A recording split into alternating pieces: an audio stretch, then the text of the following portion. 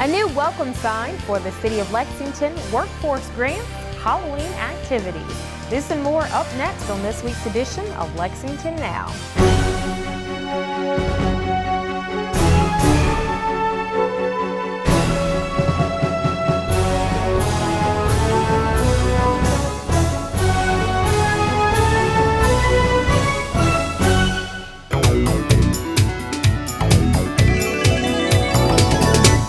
Roberts, and this is Lexington Now. Lexington has a new sign welcoming visitors to town. We were there for the unveiling. We're here to dedicate our new welcome sign. It's a welcome mat. With Keeneland's fall meet starting this Friday, the timing is just perfect. In October, we show off why we are the horse capital of the world. It's a great time of the year to be in Lexington. We want to make sure all of our visitors know that we are glad that they are here. This sign is the work of the Corridors Commission, and they are doing some remarkable work. We've been really fortunate that we've been able to have some funds available for corridors. This sign itself features Big Lex etched in sandstone. It was designed by local landscape architect Mark Yannick, who's here with us today. Mark, thank you. Thanks, buddy. Nice job. And Vulcan Materials donated some of the stone. I want to thank Travis Hall and Jared Curry from Vulcan. Thank you, guys. Councilmember Farmer, as I said earlier, chairs the Corridors Commission. And Bill, will you tell us more about this project and others that the commission is working on as well? Yes, sir. Yes, Mayor. Thank you. Thank you very much. It's a pleasure to share the Corridors Commission. The mayor believes in it and has helped us with some consistent funding. Really, everybody up here is a member of the commission. Kathy Pullman wants to be. Everybody is here, and Maxine is on our commission also. We've done a lot of planning around town.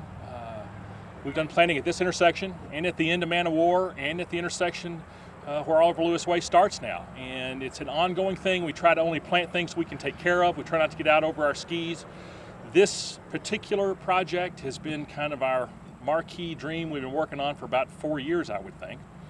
And the ability to welcome everybody to Lexington when they roll into this very first traffic signal or come by and have signage that's big enough and special enough that you could see it and take notice of it as you drive by. I mean, we've gotten people honking just while we've been here. It's a great way to welcome people to Lexington, to familiarize them with our logo brand, our Big Lex, and give a little bit of history, the fact that we date to the Revolution. So it's a wonderful group to lead. It's great to see something come from a piece of paper in a packet to be larger than life, and we're here to celebrate that today, our great partnership with Keeneland, and certainly the continued good leadership of the mayor that lets us all get so many things done on so many levels, seems like all at once. Glad to have you all here. We look forward to doing this again, hopefully on another corridor fairly soon, but just take this one in now. It's beautiful. It'll just get better as it goes along. It'll grow in. We will become more prideful of it the longer it's here. 1, 2, 3. Big Lex! There we go! All right! Welcome to Lexington. I like it. For more information on the Corridors Commission, visit their page. It's on the city's website, lexingtonky.gov. The city is accepting applications for its workforce grant program for nonprofit organizations that offer training and economic development services. Elodie Dickinson has more information. The purpose is to provide support to nonprofits and partnering with educational institutions to try to implement some training opportunities for the workforce. So my job as a workforce development manager is to try to increase the labor participation rate in the county, and one of the ways to do that is to provide training opportunities. When employers come to town, one of the questions they ask is, what's your workforce like?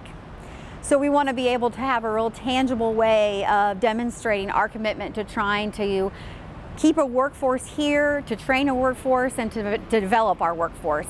And through that, providing opportunities for people to become a part of the workforce, and however that means. So this year for FY18 and FY19, we have the Economic Development Grant again. The funding cycle is currently underway. The deadline to apply is Monday, October 16th.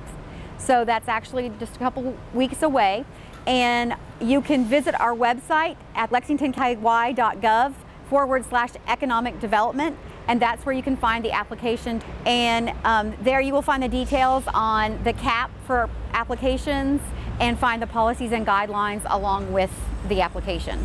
We're looking at a 2-year funding cycle, so contingent on the budget for FY19 being approved at $300,000 and contingent on their performance outcomes, then the application cycle will be for a 2-year cycle, which is a lot like the ESR funds with the city, the Emergency Social Resource Funds.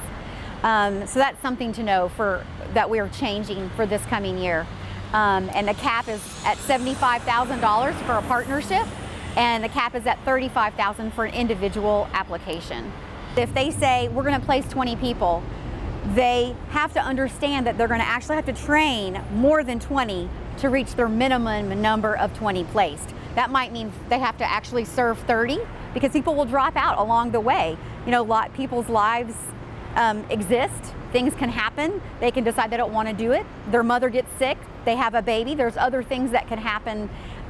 So they have to really serve more than the minimum amount that they're required so that they can get their minimum required amount that is in their purchase of service agreement with the city. There is a clawback. So if they don't reach that 20 placed, for example, then they would owe the city money. For more information on the program, you can visit www.lexingtonky.gov/workforce development. And coming up after the break, we'll tell you about some exciting and spooky Halloween activities you can enjoy. We have more miles of running water than any state in the continental U.S. You may not know it, but all our streams catch water directly from storm sewers on our streets. When someone tosses a cigarette butt on Main, it could end up in Town Branch. Don't trash the bluegrass. Lexington Parks and Recreation is proud to present Freaky Friday Flicks at Moondance Amphitheater. This spooky movie series will feature family-friendly Halloween classics, including Hocus Pocus, Nightmare Before Christmas, E.T., and the original Ghostbusters. The movies will be every Friday in October at 7:30 p.m. Admission for those 13 and over is $2. Children 12 and under are free. It may be chilly, but you'll be able to warm yourself by campfire, a game of cornhole, and the comfort of fall foods on site. For a complete schedule of movies, please visit our website. So get out and play and celebrate the season with parks. You bring the blankets and your friends. The movies and marshmallows are on us. Freaky Friday Flicks!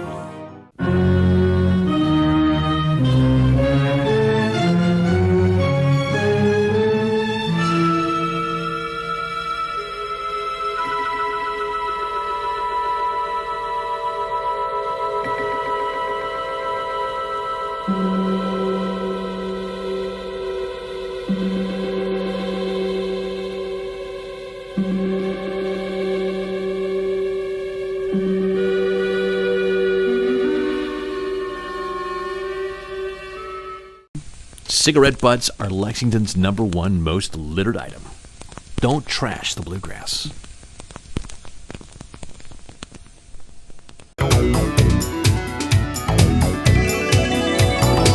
Welcome back to the show. Halloween is almost here, and Amber Luallen tells us all about the great family-friendly events Parks and Recreation has in store for the spookiest time of the year.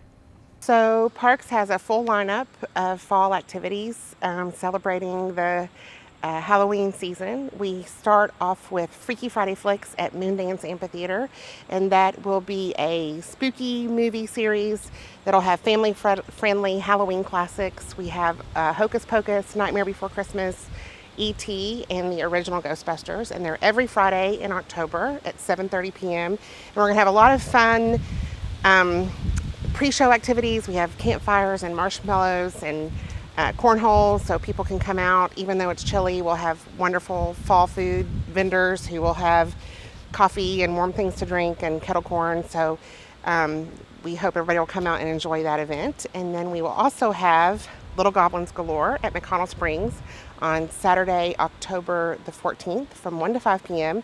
And that is for children from the ages of 12 and under. They are $5 each. Adults are free. Their chaperone is free.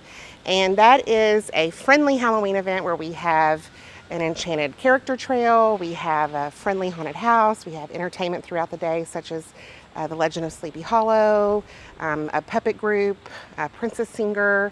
We have a petting zoo. And we also have our Thriller and Halloween parade. Before Thriller goes down the street, we have just a Halloween parade of all kinds of other fun Halloween stuff. And then we now also have the Wicked Wonders Halloween market. So we start at 2 o'clock that day. We have artists and craftspeople who are making things that are spooky or whimsical, in keeping again with the whole spirit of the season. And we have food vendors and entertainment. We have Sora, the aerial contemporary circus artist, musicians that will be performing live, a Halloween playlist. So it's music, theater, dance. That all starts at 2 o'clock. At 6:30 we have the Halloween variety show, which are different performing arts groups from around the city. And then the parade starts at 8 p.m. and Thriller at 8:30. So it's a full day of Halloween fun. With school back in session, it's always a good idea to remember the special steps we should all take to make sure our students are safe. Marcus Dobbs, the Transportation Director for Fayette County Schools, has a few tips on what we should be looking out for. If you're out driving and if you see a group of kids and then you see a school bus, you should be prepared to get ready to stop. That's the advice Marcus Dobbs, in charge of transportation for Fayette County Schools, has for motorists, especially at the start of a new school year. A lot of times what will happen at the beginning of the school year is oftentimes we'll get calls from parents saying, hey, you've got this bus stop here and it's making me late for work. Well, you know, when school was not in during the summer, we had no bus stops. Now the students are back out to catch the bus, and we sometimes have to suggest to people, maybe you may want to leave 5 minutes earlier so then you pass by that area and you don't end up running into the bus. Mr. Dobbs cautions drivers to be extra careful in these areas because there's a procedure that the drivers actually follow, and when they're approaching a stop, they'll hit a button that activates those yellow lights. When they see those yellow lights, they want to treat it, they should treat it just like you do a traffic light out. You know, when you see the traffic light change to yellow, you don't eventually say, oh, well, let me speed up. You're supposed to prepare to stop, because although we do tell our students that they should wait until the stop arm comes out, it's easier for us to train the younger students than it is the much older students, because the high school students, they start thinking, well, I know everything what's going on, and so what they'll do as soon as that yellow light comes out, sometimes they just start walking right across the street. He tells us that anytime you see a school bus and its flashing lights, it's very important that whenever they see the stop arm out, that they stop, because you got to keep in mind we are always transporting most precious cargo, which is students. So whenever that stop arm is out, please wait until the students have crossed and that stop arm is back in before you proceed on. And while it may seem straightforward what to do on a 2-lane road, rules on 4-lane or divided roads are different. If we're traveling on Harrisburg Road, where you have 2 lanes going in one direction, 2 lanes going in the other direction, whichever direction the bus is traveling in, when that stop arm comes out, only those individuals that are traveling in the same direction of the bus has to stop in an instance, because then you've got 4 lanes, so then if you've got 2 or more lanes traveling in the same direction, only those individuals have to stop.